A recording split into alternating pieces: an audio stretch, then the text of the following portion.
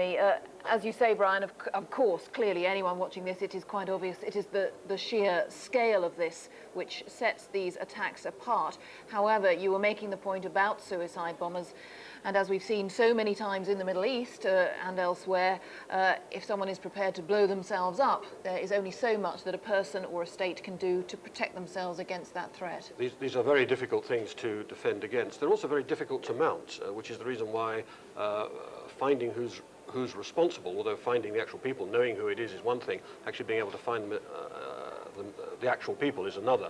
But the number of people who can do this are quite limited. If you like, the skill of preparing terrorist bombing is not something that many groups have, and there's a limited number of people who have the expertise to prepare people psychologically for it and who are ready and prepared to do it, although it does seem to be spreading rather more.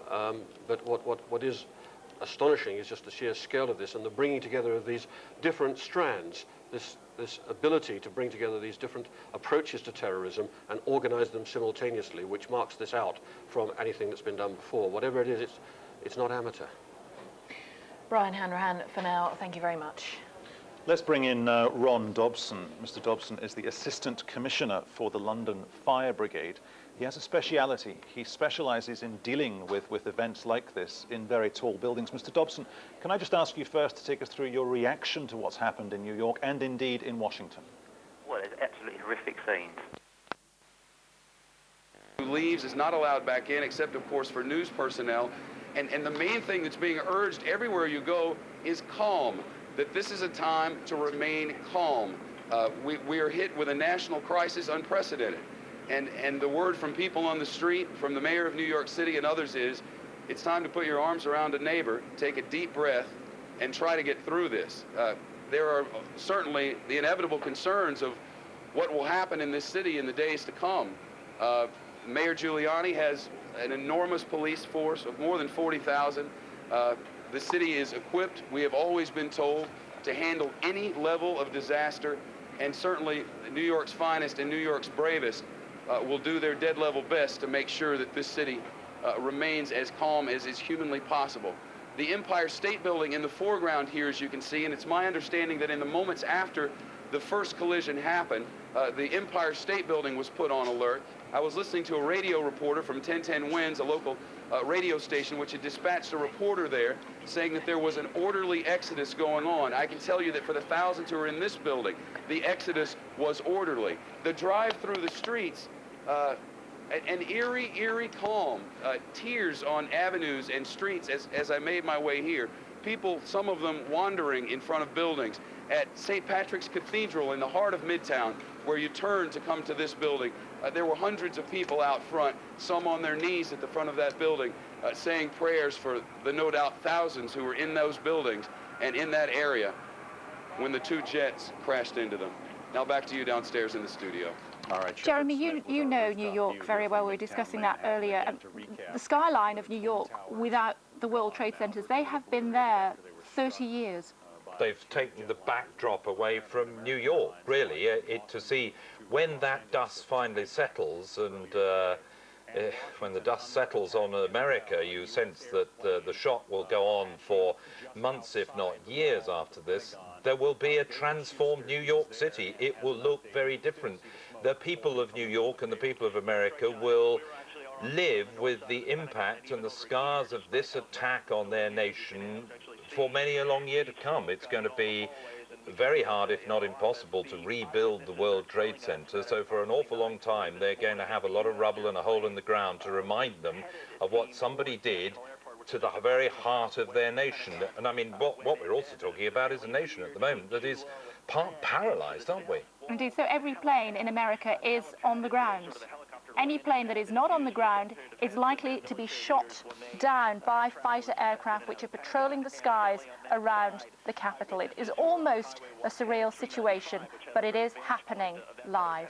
Jeremy, how many people would have been in that area when those towers collapsed? I think what we're talking about is 50,000, up to 50,000 if it was full in the two towers, 25,000 each tower. Plus, it could have been potentially another 100,000 in the area around. It's a very busy and densely populated business area. It is the very heart of the American economy. It is, you know, Wall Street's the equivalent of our city of London. And it would have been 9 o'clock in the morning, the time when everybody was scrambling into the offices. There are subway stations underneath the World Trade Center. There are ferries coming in just across Battery Park. And you can imagine, even though people would have evacuated, you can imagine the scene when that building not only was hit at the top, but then later started to collapse. This was the first building. This was hit higher than the second building, which had impacted moments earlier. Both buildings, it looks as though, are still in place at this stage. They were hit by aircraft which had been hijacked only moments earlier from American Airlines in Boston. Mayor Giuliani, incidentally, the New York mayor, has now called for the evacuation of the whole of Lower Manhattan. That's the southern end of Manhattan, where the World Trade Center Twin Towers are that we're watching at the moment, those pictures earlier before they both collapsed. What we're talking about, federal regulators of the US financial markets decided not to declare an emergency in response to the attack, but it does sound like obviously the markets are going to be pretty shaken, just like everybody else is. The markets, after all, reflect the health of the nation, the health of the economy, and the thinking of most right-thinking people, and most right-thinking people across the world are going to be pretty shocked at the moment. I would have thought, particularly in America, and the markets are bound to reflect that attack on the heart of civilization, as Jack Straw, the British Foreign Secretary, has called it. Let's just reflect also on what other world leaders have been saying. The Russian President Vladimir Putin has expressed deep sympathy to the people of the United States in connection with this terrorist attack, this terrible tragedy, as he put it. Most terrible and shocking events, said Tony Blair.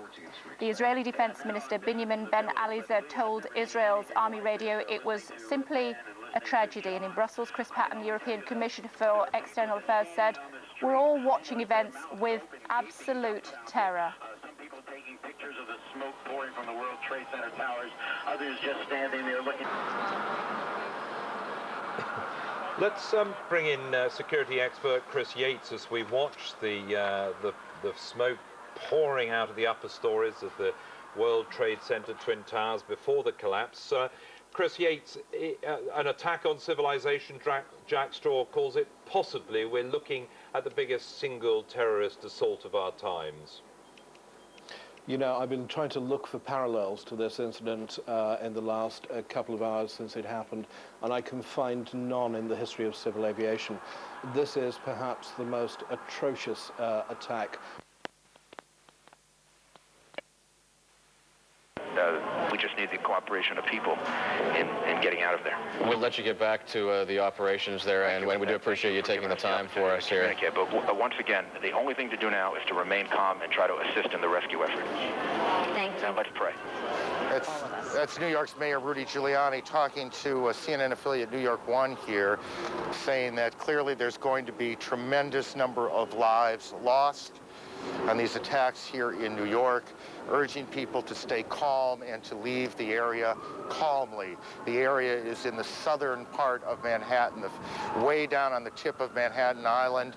The mayor urging people to calmly move north. CNN's Jamie McIntyre is at the Pentagon. Jamie, why don't you start, if you can, at the beginning here as we try and put some order to all of this. What happened? Well, let me just describe the scene that we have here, and I'll back up a little bit. But right now I'm looking at the charred facade of the Pentagon, a huge gaping hole on the side where the Pentagon heliport is located, the side that faces Arlington Cemetery. In front of me is a long line of rescue personnel with backboards. They're just waiting for victims to be brought out so they can rush them to nearby medical facilities. I see a few victims being treated on the grass outside the Pentagon. Firefighters continue to pour streams of water onto the side of the building, and a huge black cloud of smoke continues to billow out. It is a scene of utter destruction here. I'm sure it pales in comparison to the World Trade Center, but I've never seen anything like this myself in the history of the Pentagon. There's been nothing like this. Again, a huge gaping hole. You can see the exposed 5 floors of the Pentagon offices just ripped apart. Our report is that an aircraft of some kind, and at least one witness identified it as a civilian aircraft, hit the side of the building shortly after the incident in the World Trade Center this morning. People who were in their offices nearby reported hearing a huge explosion, seeing shards of shrapnel come by their window. The entire Pentagon has been evacuated. Short time after this attack, there were urgent announcements made over the loudspeaker telling people to quickly get away from the building because they had reports of a second plane heading this way just 2 minutes away. F-16 jets were scrambled over the Pentagon.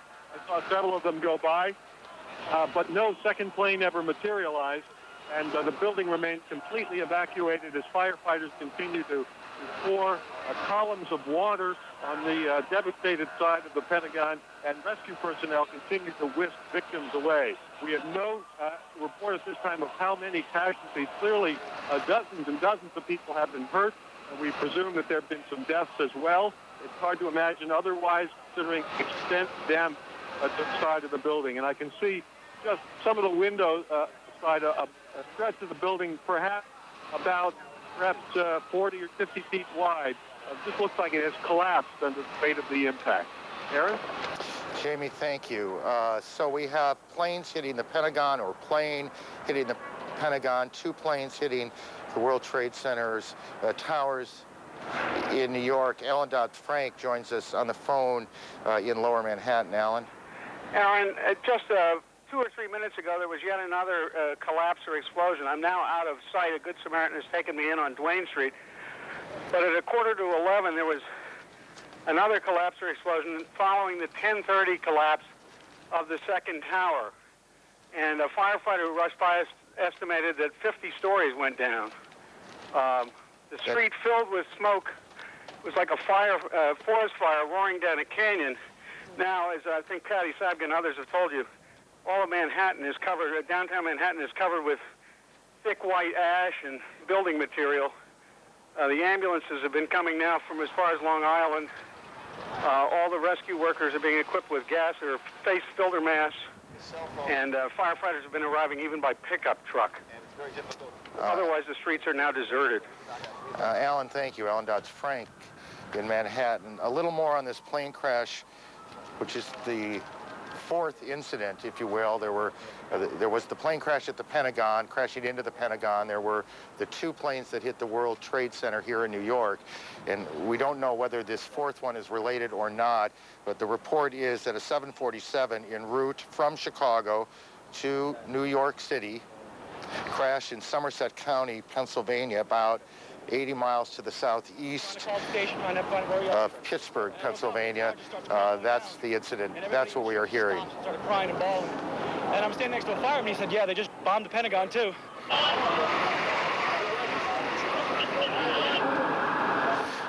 Our colleague, Jeff Grief, well, we have a little more sound here from witnesses. I'm with the fire alarm company. The doorman goes to me, wow, I never seen a plane flying so low. And we looked out at it, all of a sudden, boom, it seemed like it wasn't even real. And we came running over here closer to the place, and all of a sudden we saw the other explosion. I don't know. Get down! What's happening? She's not right around the explosion!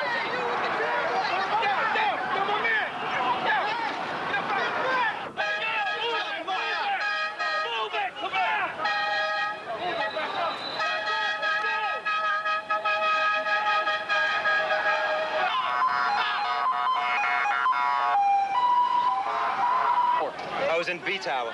A Tower. What floor were you on? B1. What floor? First one. What happened? Tell me. When a big explosion happened, some guy came out, his skin was all off.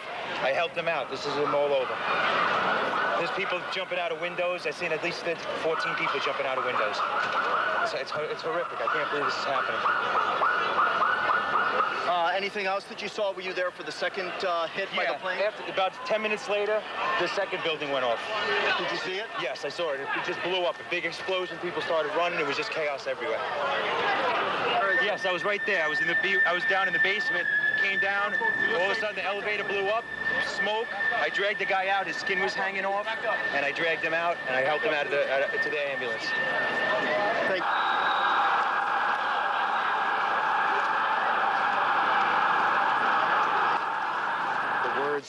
The words of some of the witnesses here in Manhattan this morning, and the pictures of what will, I suspect, before this is over, go down as one of the most horrific days in our lifetime. We're joined by our colleague, CNN's Jeff Greenfield. Aaron, you know what? In 1993, when terrorists bombed the World Trade Center, their plan was to knock one of the towers into the other, bringing them both down. That disaster was averted, and bad as that was, in a sense, America was lucky.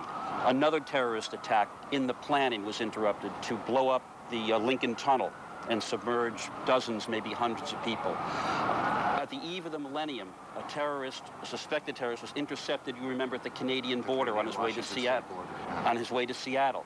And I know that not so long ago, former President Clinton, in a private talk to a group, ruminated on how lucky the United States has been over the years with the combination of luck and the skill of anti-terrorist people, to avoid such things. What we are seeing now is nothing less than the worst nightmare that one could imagine come to life, probably worse than anyone could have imagined.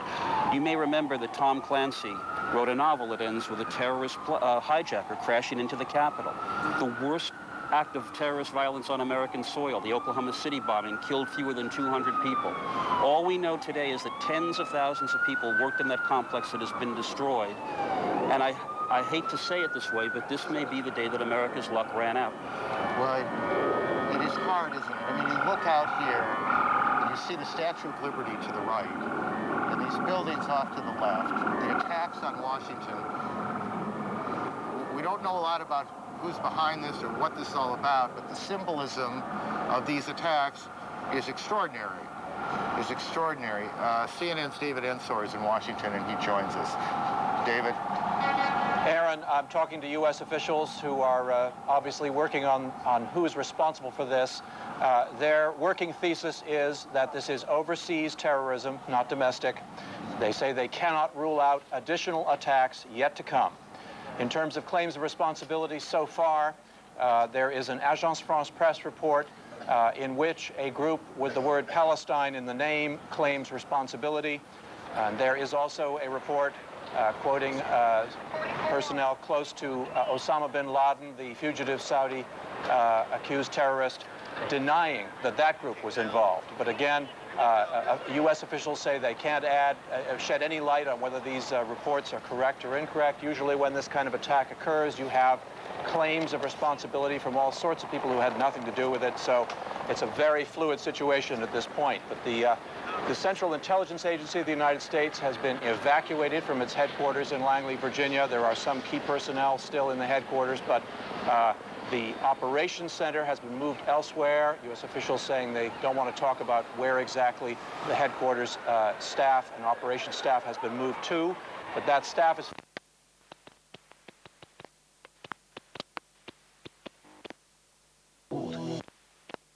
First two crashes when the planes hit the building. There was roughly about, I would say, what, an hour and 15 minutes between that and the point where the South Tower collapsed, give or take.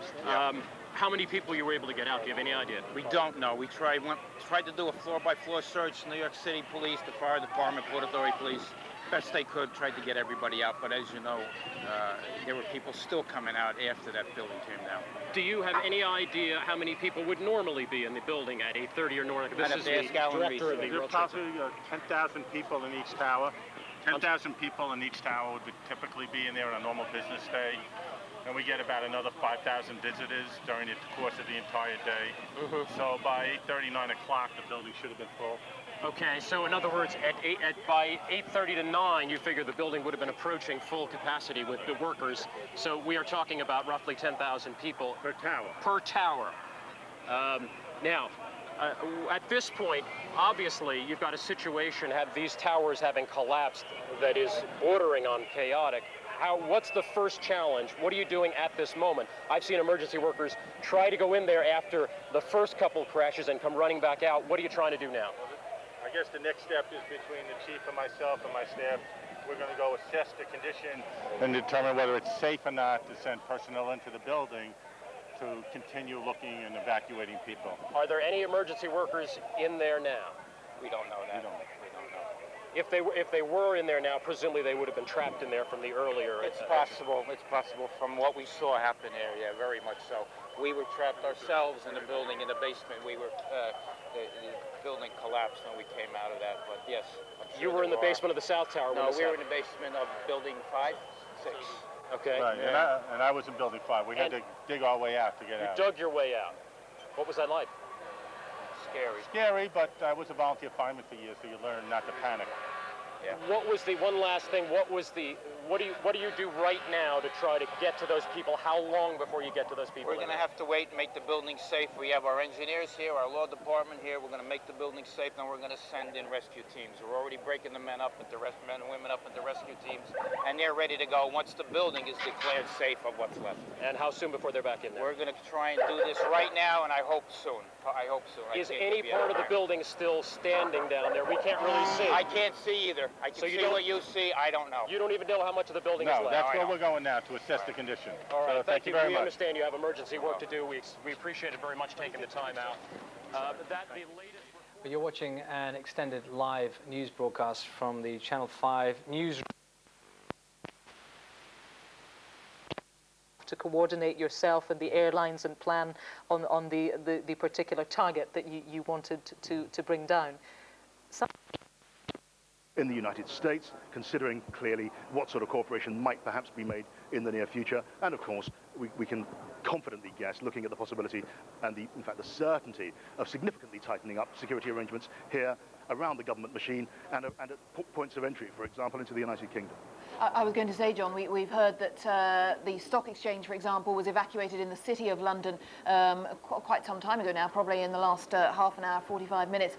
Are you able to still move around the areas of Westminster relatively freely? What's actually happening on the ground? Well, just at the moment, there's been no immediate closing down of traffic or movement around the streets of Whitehall or around the government complex of departments. But of course, we know for a fact from past incidents, though not on this scale, that government departments around me will be moving to the highest state, clearly, of security. In security jargon, that's Bikini Black Alpha. And the signs will be going up at the doors of government buildings with heightened checks, heightened security precautions. And of course, that will continue with messages across the security network to do whatever seems to be needed to be done to make sure that the highest state of readiness and alert is maintained. And so Tony Blair goes into those security meetings imminently. Do we know what contact, how much contact he may already have had with Washington and other major capitals? No, so far there's been no statement of whether or not the Prime Minister's been in contact with the United States, with the US President. But of course, it's a bit, again, at this stage we continue to speculate. It's another point of confident speculation that the Prime Minister will, of course, send a message of support to George Bush, and there will, of course, be promises of whatever support can and will be given in the immediate future. Okay, John Pienaar, I know we'll be back to you when we get further political reaction. For now, John Pienaar there in Downing Street. Thank you. Let's talk live now to our reporter Ian Williams, who's in the financial district of New York. Ian, what's going on there right now? Well, it's mostly sort of aftershocks and people are trying to get in towards the building. As you know, it began around 8:30 this morning, and ever since then there's been a steady sort of stream as the whole of the financial district is getting evacuated. And since all of the subways are out and all of the roads are blocked, there's a sort of columns of people, almost like an Eisenstein movie, been marching up the FDR and across the bridges away from the scene of the crime. Is there anyone, when it comes to the police or the ambulance service or the fire brigade, is anyone coordinating some sort of massive evacuation? It seems to be mostly sort of, as far as I can tell, it's mostly sort of spontaneous. People are just getting the hell out of it along the easiest routes. Ironically, as far as I remember, Mayor Giuliani built in the World Trade Center, about halfway up, he built his emergency disaster control center. So that's one of the casualties of this. And are people quite calm? Yes, I mean, mostly people, they're shocked, but New Yorkers divide into two kinds. There are rubberneckers who'll stand and stare regardless if it impedes the effort, and there's others who are just marching on, but there's people wearing very strange headgear and masks, things over their heads, and some even carrying umbrellas to ward off the... there's a continuous fall of dust and ash from the... which began after the implosion of the first tower. When it collapsed, there was a huge cloud that reduced visibility to almost nothing, and the cars are going past. The cars that are coming out from the area are just covered in... It looks like snow from a distance, but it's just ash all over. People... mostly it's sort of fairly calm, and the emergency vehicles have got there, but it was sort of spectacular. A lot of people being totally distressed, you know, as they watched and thinking not again. And then I was there when I went down when I had the explosion and saw the flames, and then the second one came off just afterwards. So, you know, people were reacting with sort of disbelief. And then there was some panic because people thought, the spectators thought that they saw people jumping, but I checked with some binoculars I had with me, and as far as I could tell, it was metal shards and metal paneling falling from the side of the building. But of course, there's well, pretty much nothing to see now. It's after the implosion and a total state of shock. The UN building, the other likely target, has been closed and evacuated, and you know, people, I presume, any sort of landmark building that looks like a suitable target has been closed and evacuated. Is it your feeling, Ian, that the emergency services can actually cope with this because it's such a massive event? One would assume that they can't, initially at least. Well, I mean, this happened at peak hour. I mean, driving through New York at the best of times is bad. At peak hour, it's worse. And at peak hour, when your sort of centerpiece work center, the sort of center of capitalism and globalization for the world goes up, it's very difficult. From my window here, I could see a continuous, almost continuous line of emergency vehicles trying to get down the FDR highway along the East River, which is the only clear access route from the east side to the financial district. And I don't know, it's going to be... One of the things, sort of comments on modern life, was that, of course, the antennae for the most people's cell phones are stuck on top of the Twin Towers, or were stuck on top of the Twin Towers. So, you know, people who are used to walking along and talking to their cell phones suddenly found that just when they wanted to get hold of people, it was gone. Ian Williams, reporting live from New York. Thank you very much. You're watching a BBC News special brought to you by BBC News 24, broadcasting as well on BBC One, with continuing coverage of the terrorism activity. Moments. It's unclear how many thousands of people were inside at the time. Here on News 24, we'll be joining a special programme on today's events with David Dimbleby. We know more.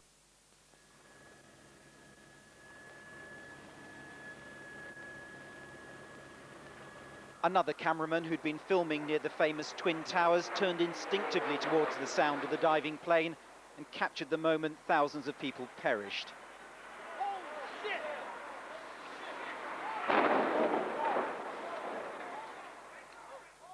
It was the inferno caused by thousands of tons of burning aviation fuel that melted steel, weakened the structure, and caused the towers to collapse, killing thousands who'd survived the initial impact.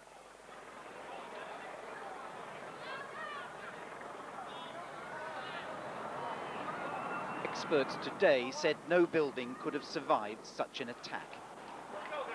Right here, stay right here. Go! Here it comes. Hundreds of firemen and emergency workers were buried by the collapsing towers, adding to the death toll.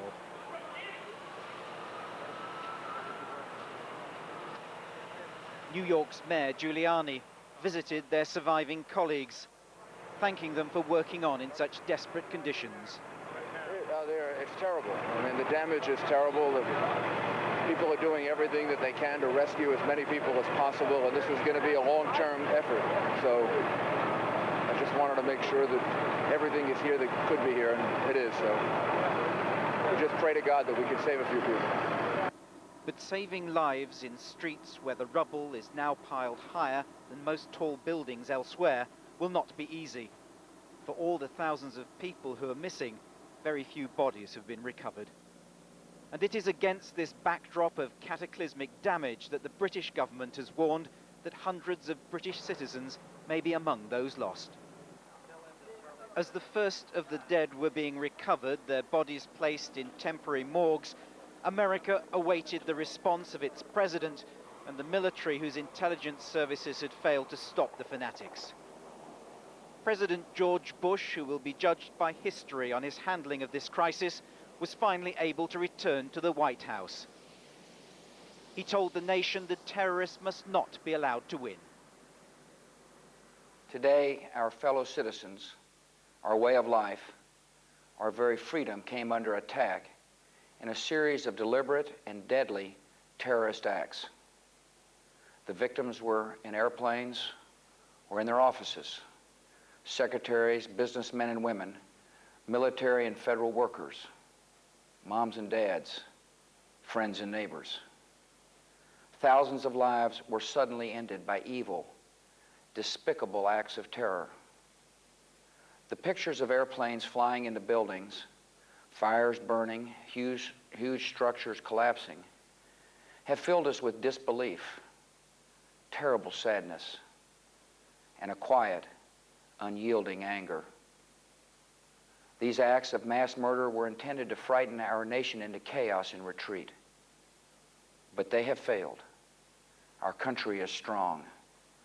A great people has been moved to defend a great nation. The first response of many Americans living in and around New York and Washington has been to offer blood to help the hospitals and medical teams dealing with casualties on an unprecedented scale. If America feels she is now at war, that impression can only be supported by these images. US military and their guns patrolling the streets of Lower Manhattan, protecting against an unseen enemy while the enormous rescue operation continues. The emergency teams are exhausted but determined to continue. Many have friends and colleagues on the missing list. New York City officials say it could be weeks before it's known just how many thousands of people died here. Paul Davis, ITN. Let's go now to our correspondent James Mates in New York. James, an extraordinarily eerie day in New York. Don't have oxygen. Fire and rescue teams are clearly in shock, desperate for clean air, but lucky to be breathing even this foul atmosphere. Many of their colleagues were further forward. They will not have survived. That guy needs some oxygen if someone can share it with him. 10-4. Thanks. The whistles are from the alarm beacons on the fire officers' suits, a plague of them echoing, but many more crushed into silence. Mark Heath struggles on, a professional skilled in saving life, and like many others on this morning, driven by concern for others, and all of them distinguished by lack of thought for themselves.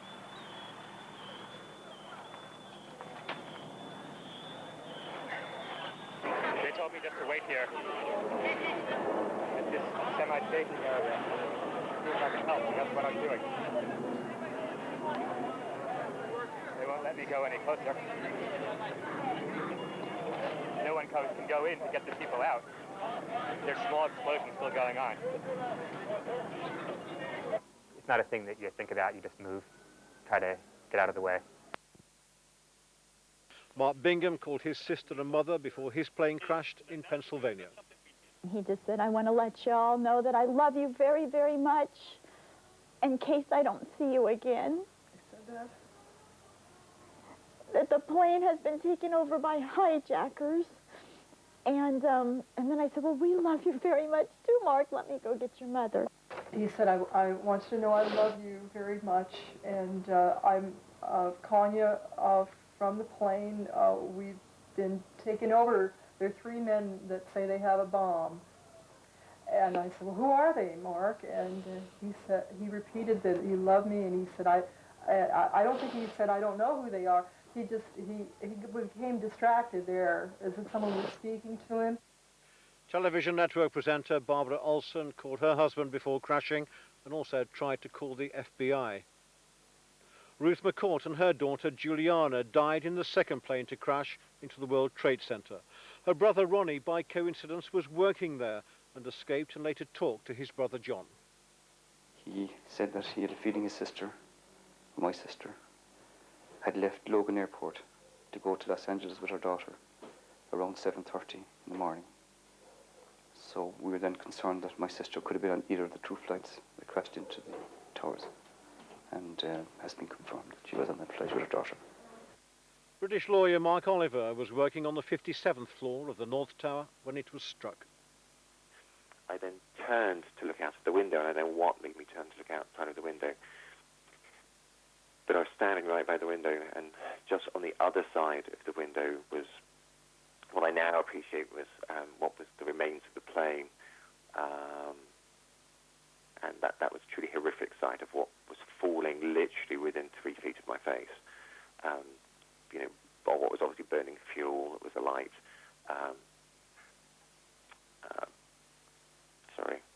There were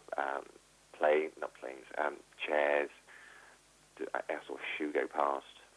We'd gone down about 5 stories from the 44th floor when we were suddenly lots of screaming from above us to move to the right and to move into single file, and the burns and the walking wounded walked past us, and people obviously rushing to get them down. They were the priority to get them down. The stories of the lucky and narrow escapes are welcome at a time when disbelief is still so prevalent and the potential loss of life so enormous. In the days to come, good news from New York will increasingly be more difficult to find. Colin Baker, ITN. Throughout this evening, information has been coming into the ITV newsroom. Helen Wright is there. Helen, what other information do we have tonight about what happened on board those hijacked planes? Trevor, utterly chilling details of other things that happened on board those hijacked planes. For example, air crew being seized and stabbed within minutes of one plane taking off. Another passenger on one of the planes calling his wife, saying, "I know we're going to die. Some of us are going to try and do something about it." And reports that air traffic controllers heard the hijackers on one of the planes telling the crew, "We have other planes, we have other planes." And here in London tonight, a warning from Downing Street that it is likely that British casualties in New York will run into hundreds. So some terrible events, but there have also been, as we said, stories of quite remarkable heroism. Absolutely. Reports of emergency crews being taken to hospital with injuries they've sustained, clawing through debris and rubble with their bare hands. I've heard reports of one firefighter continuing to work while his brother, another firefighter, was among the 250 or so emergency workers still missing, presumed dead. And heroic tales from ordinary New Yorkers who have mounted around-the-clock service to keep emergency crews fed, to provide drinks for them, others who've donated clothing for those who have lost absolutely everything, other volunteers who've set up shelters for those who can't go back to their homes. And I think you have some information, Helen, about how tomorrow the world, in a rare show of unanimity, will mark the events of yesterday. Yeah, in London tomorrow, the Queen has ordered a special changing of the guard at Buckingham Palace as a sign of respect and in mourning for those who lost their lives in New York. Friday has also been declared a day of mourning across Europe, and in London on Friday there will be a special service at St Paul's Cathedral, which the Queen is due to attend. That'll be for the friends and relatives of victims of these tragedies in America. Helen Wright. And the International Relations Committee. I'm pleased to join with my colleagues this afternoon to express my strong support for this resolution that declares a state of war between the United States and international terrorism and their sponsors. The events of this week will be forever etched in America's collective mind. We have been viciously attacked by faceless cowards. We have lost our mothers and fathers, brothers, sisters, friends, and neighbors, all innocent, all murdered by madmen. We are not here this afternoon to talk about revenge. We are here to try to bring an end to international terrorism by striking back and eliminating those who would do harm to the innocent. By declaring a state of war, the Congress will authorize the President to employ America's full military might against those who carry out terrorist acts against the United States and its people. A strong and powerful response to this week's heinous attack is essential. The terrorist infrastructure must be destroyed, and the message must go out to all who might seek to harm us in the future that America will respond to cowardly acts of violence against our people quickly and decisively. These are dark days for America, but we will work together to seek justice for the victims of terrorism and to ensure that such deplorable acts never happen again. We offer the President and the American people our support as we move through this terrible period in our nation's history. God bless America. I'm Virgil Goode from the 5th District of Virginia. I want to thank Congressman Barr and all the other co-sponsors of this resolution. The United States has seen a tragedy of untold magnitude 2 days ago. Yesterday, I was at the Pentagon talking with one of the Arlington firefighters who had gone inside the building, had seen death, had seen the destruction that the terrorists had done just across the river. He said, I want you, and I want the President, and I want the Congress to take swift action, declare war, and I'm ready to go tomorrow if called. I believe that view of that firefighter is shared by many in America.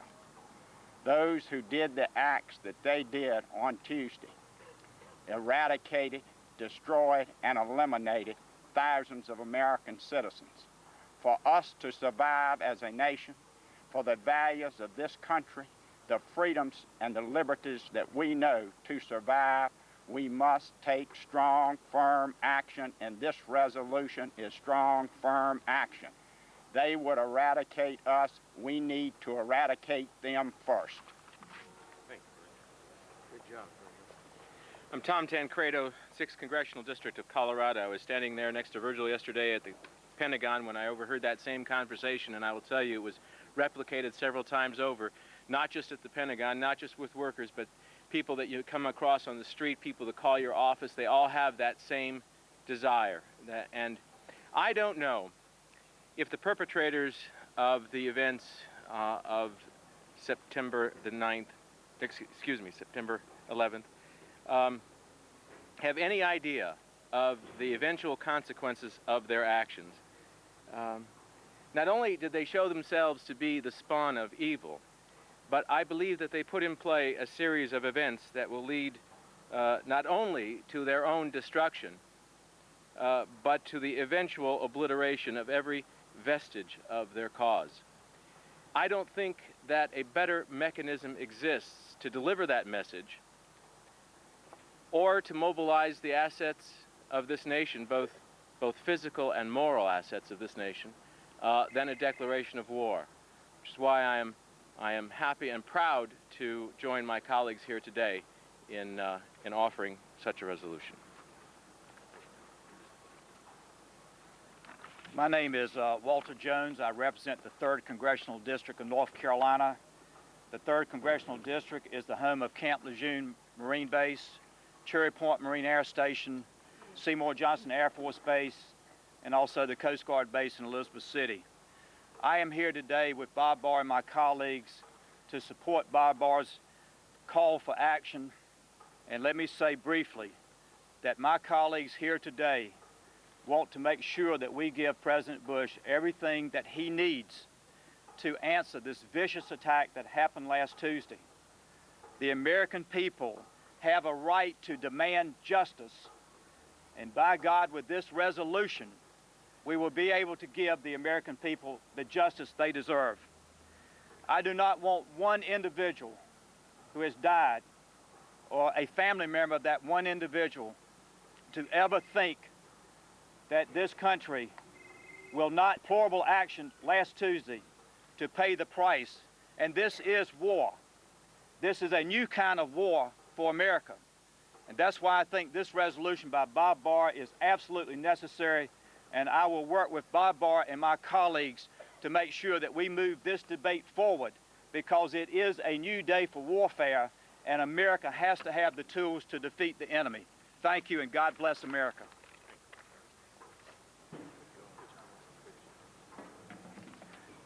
I'm Nathan Deal, and I represent the 9th District of Georgia, and I'm pleased to join my colleagues here in support of this resolution and this declaration of war. Obviously, there are some obvious questions that come to the front. First is, why a declaration of war? The acts of last Tuesday, by anyone's standard, if they had been committed by an identifiable foreign nation, would have been an act of war. Can an act of war, because we simply at this point cannot identify the source, is it any less an act of war? Secondly, against whom are you declaring war? This is a declaration of war against international terrorism. Are we so inflexible? Are we so staid in our concepts that war has rules by which we must abide, that we cannot identify and seek out and go after those who do not abide by the rules of any standard of conduct? If so, we will be as hampered in our efforts as were the British Redcoats when they encountered what they considered to be ungentlemanly warfare, because our forefathers didn't simply line up in a form with a uniform on and march into combat, but instead used camouflage and the secrecy of the trees and the rocks. This is 21st century warfare. Let no one be mistaken. For those who say they do not have a home base, we put everyone on notice. If they are nomads who cross this continent or other continents, we will follow them. And those who give them safe harbor, we will ask, are you our friends? And if so, step forward and prove it. This is a town full of words, but it is also a town that has the power of action. The American people have heard our words. They are ready for us to take action. This declaration is the first step in that process. Thank you, Nathan. If what I'd like to do now, even though the declaration, the joint resolution itself, we believe is very straightforward and clear, there may be some questions, and we'd be glad to answer any questions. How would something like this work legally? First of all, can we declare war against an entity that is not a state or a government? Secondly, if we declare war against terrorism, are we in fact declaring war against any country determined by I don't know whom to be harboring or aiding or otherwise abetting terrorists anywhere? And thirdly, how does this end? Do you have a treaty in Paris or something ending the war against terrorism? And how does this work from a practical perspective? Well, our concern is to take action that eliminates these acts of international terrorism. We'll worry about a treaty after we take care of the problem. In terms of whether or not this is an appropriate legal vehicle, we believe that it is. We believe that there is nothing in the Constitution that limits in any way, shape, or form, either by its words or by constitutional legislative history, the declaration of war being posed only against the legal entity of a country.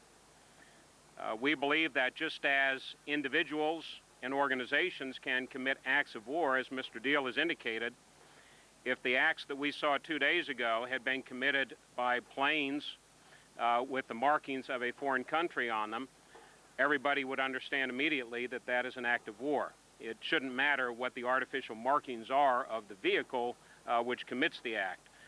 So we believe we are on sound legal footing in declaring war against international terrorism, those responsible for these acts and any subsequent acts, as well as those who support or harbor them.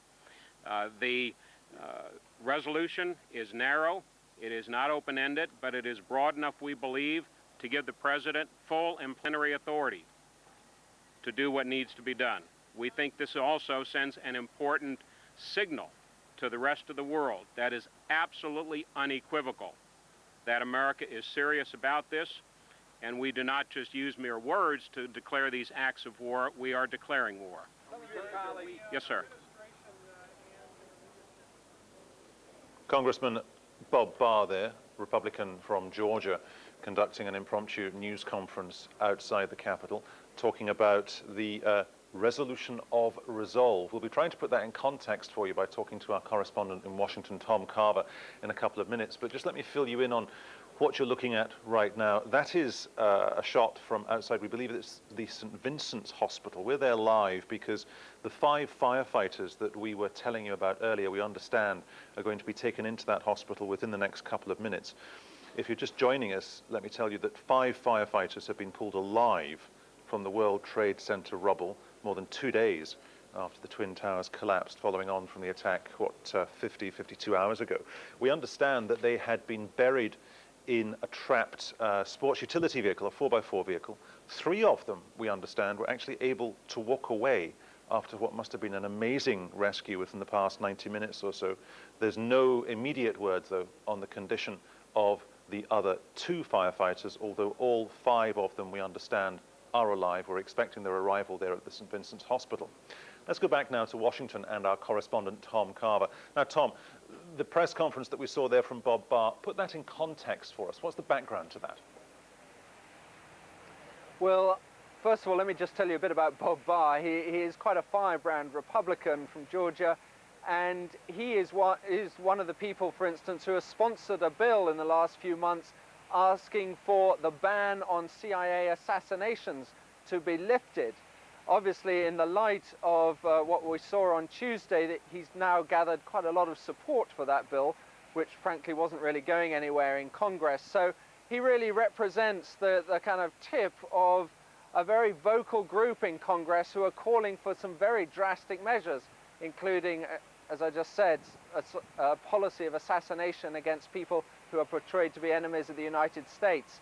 And so I think that does portray some of the mood in Congress. I wouldn't like to say that that's all of the mood, but certainly some of the mood in Congress is very angry, very frustrated, and determined to conduct a war by really whatever means they think justified. What's the difference, therefore, between his resolution of resolve and the kind of language that we've been hearing from George Bush and Colin Powell over the past 24, 48 hours, talking about a new kind of warfare? Well, there isn't much difference, perhaps only in degree, really, as to how far the American state is prepared to go to wage that war. I think that when it comes down to it, probably cooler heads will prevail. For instance, I know that the person who reviewed the assassination policy has decided that even now it's not worth going back to that sort of dirty tricks campaign, but certainly there's going to be a major tussle within the administration over the next few weeks as to how this war should be waged. What I can tell you, though, is within the Pentagon, the rather battered Pentagon behind me here, the military are considering the whole gamut of options, from Tomahawk strikes, that, like we saw in 1998, to inserting covert troops into an area such as Afghanistan. One of the big changes that has happened over the last couple of days is these public opinion polls that have come out in America, which show that Americans are prepared to take casualties now to revenge what happened on Tuesday. And the military and the administration have taken heed of that, and they're going to make their plans accordingly. They are, in the words of one senior Pentagon official, all the constraints have now been lifted. Tom Carver, thank you. Well, let's bring you a little more now on the reaction of Americans here in Britain. Our correspondent Sue Littlemore has spent much of the day outside the American Embassy in central London and joins us from there now. Sue, there seems to have been a constant stream of people at the embassy today. Yes, you can see probably behind me there are a good number of people here. It's been like that all day. Even 2 really heavy showers of rain didn't put people off. This garden has really become firmly established as a really important focus for people to express their grief and solidarity. Had quite a number of VIP people here today. Baroness Thatcher amongst them Ian Duncan Smith, the new leader of the Conservative Party. But perhaps this is really for ordinary people, ordinary Americans and British and other people